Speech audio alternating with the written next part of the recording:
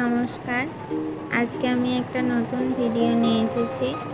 তো এটা আমি একটা টেবিল ক্লথ করার চেষ্টা করেছি। ঠিক টেবিল ক্লথের মতো অত বড় সাইজও না, মাঝামাঝি। অনেক দিন ধরে এই সাদা ডাস্টারটা আমার কাছে ছিল, তো মনে হলো এটাকে একটু কালার করে নতুন করে নিই নিজের মতো করে। তো প্রথমে এটা করার জন্য আমি আগে একটা কাগজে আমি এঁকে নিয়েছি। এঁকে নেওয়ার পর তারপর কার্বন পেপার দিয়ে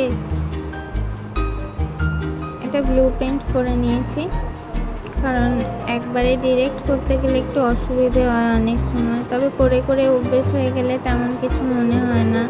যেমন এটা আমি আর আঁকার প্রয়োজন মনে করিনি, তাই আঁকিনি। তবে এঁকে নিলেই জিনিসটা ভালো হয়, কারণ সব মাপগুলো ঠিকঠাক হয়। একবারে ডিরেক্ট কালার দিয়ে করতে গেলে অনেক সময় রং টং পুড়ে যাওয়ার চান্স থাকে, কিংবা সাইজগুলো ঠিকঠাক হয় না। তার উপরে সাদা জিনিসের ওপর করলে অনেক সময় রিস্ক থেকে যায়, তো আগে করে নেওয়াই ভালো।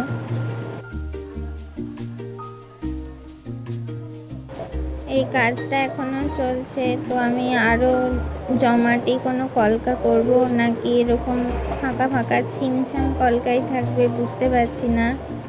তো তোমরা আমাকে কমেন্ট করে জানিও, এরকম ছিমছাম কলকাই ভালো লাগছে নাকি আর একটু জমাটি কলকা দেব।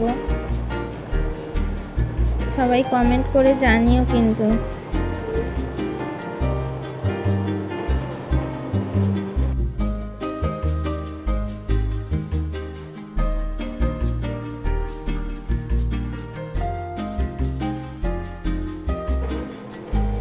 সবাইকে বলার, আমি আলাদা করে কোনোদিন কলকা শিখিনি। যদি কোনো কিছু ভুল ত্রুটি হয়ে থাকে তো আমায় মাফ করে দেবেন।